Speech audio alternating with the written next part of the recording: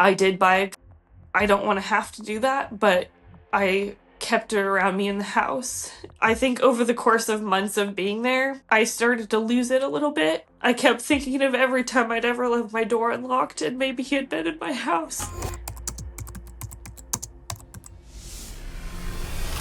I'm Ellen, and I was stalked by a stranger. 3 years ago, I was struggling financially, and I decided to move back to my hometown. My friend and her boyfriend told me that they had a tiny house that was for rent. As soon as I moved in, something felt really off about it. Pretty immediately, I tried to make myself comfortable, despite my intuition telling me that something was just not quite right about it. Probably only 4 days after living there, I started smelling smoke all the time. And of course, my assumption was that my friends were having a so it didn't really occur to me that it was anything more than that. The entrance to my space was in an alley, and it occurred to me that maybe someone in the alley was like someone was walking through the alley, but it was almost every night. There were times when I was like laying in bed reading a book or like listening to a podcast, and I was just like, God, that's so strong. And then there were times when I had a friend over, we would just like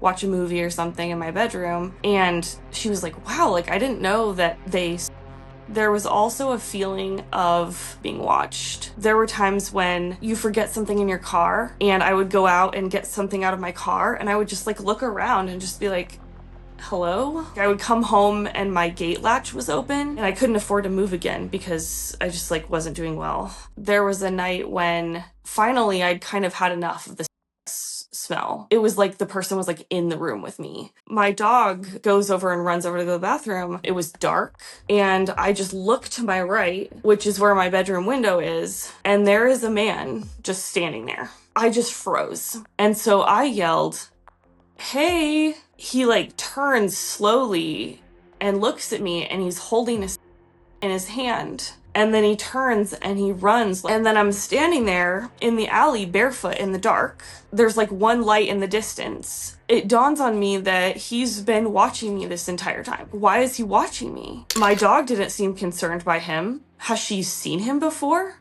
Like, has he been in the yard and I've let her out and she's like met him before? I was shaking. I was just like barefoot and shaking. And I felt just like a pit in my stomach. I felt sick. I have gotten out of the shower and like gotten dressed. I've like taken phone calls. I've watched TV. I've just like laid in bed. And there were even a couple times when I was woken up by the smell of smoke. So like this person was watching me sleep.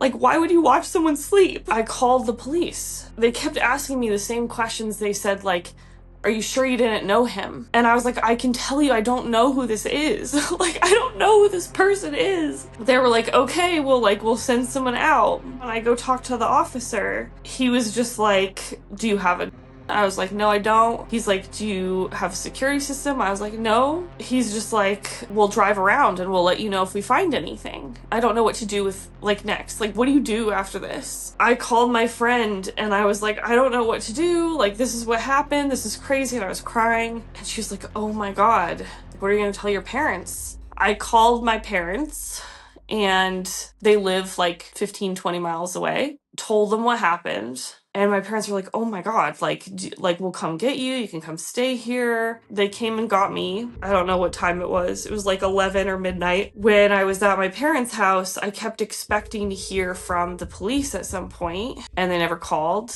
So I posted to Nextdoor and Facebook and said, this is what I experienced. You know, there was a man in my yard. He was watching me. I remember how tall he was and how skinny he was and what he was wearing. And I saw like a flash of his face before he turned around, but it's not like I could do a sketch of the guy. So I like did a basic post, and there were a lot of really wonderful people in this comment section, good locals, you know, who were like, oh my gosh, when we take our evening walk, we'll be extra aware and we'll let everybody know if we see anything that feels off. And my neighbors looked through their security footage and no one had anything that was facing the alley, which, of course, there was a comment from this woman who said, oh my God, I had a very similar experience. So I just shot her a message, and it sounded exactly like what I had experienced. And she was like, oh yeah, you know, he was and he was watching me, really scary, and I made a police report, and then like nothing really came of it. They said they would do some extra patrols. So I kind of connected with her a little bit. Neither of us quite knew what to do, but around that time I was at my parents' house kind of waiting for the police to call me back, and I called them and they were like, we haven't seen anything. We'll let you know if we see anything. And I said, I talked to this other lady and I gave them her name. She doesn't live that far from me. Like, I think maybe these things are connected. And they were like, okay, we'll look into it. I just tried to go back to my normal life. And then my parents came over and installed like floodlights, so it's like motion activated, and then they installed a Ring camera. I would be in my house and I would check my Ring camera, make sure that there was no one in my yard, and then take my dog out. And I did this for months. I would be in bed at my house and I would look at my Ring camera, I would get an alert, and it would be a shadow, and I would think, like, is it just a shadow from the tree? Is it him again? And so I was there for a while. I really tried to make it work. I just didn't have the finances to move. I did buy I don't want to have to do that, but I kept it around me in the house. I think over the course of months of being there, I started to lose it a little bit. I kept thinking of every time I'd ever left my door unlocked and maybe he had been in my house. I would think like, oh, was that flower pot there? I was like, I just have to find another place. And I went to go take a tour of this place. Immediately, I was like, I loved the landlord. Really sweet, like genuine. Happened to be the owner of a restaurant that I loved growing up. The cottage is bigger than my last place. It's really cute. It has like some stained glass windows. It's cheap. Most importantly, it feels safe. It's been a safe haven for me for now, I guess like 2 years. I'd lived in this place for a while. I started feeling safe. And of course, that's when I get a phone call. It was a man that I never talked to before. And he said, I got your number from the police department. This is about the guy that was watching you. He told me that him and his girlfriend were in their apartment back in my hometown when they heard rustling outside. And she said, can you just go check?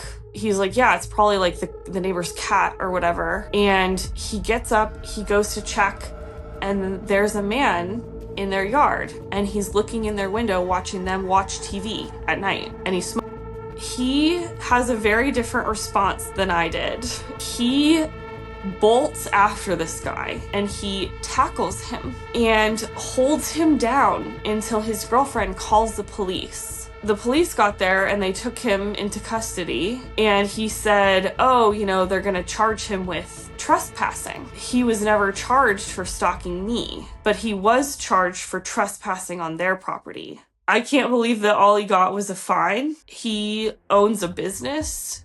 He has a family. And it turns out that he lived like 4 doors down. It didn't matter how much they patrolled because he was so close to home that it was convenient for him. It's been a couple years and I have never been quite the same. This person was so entitled to my space. He helped himself. He opened the gate, he walked in, and he helped himself to my life. And that's a level of entitlement that I will never understand. And to like brazenly be watching me for 6 weeks, what kind of person does something like this? And so it was comforting to know who he was, but I was also just like, what is he doing out here?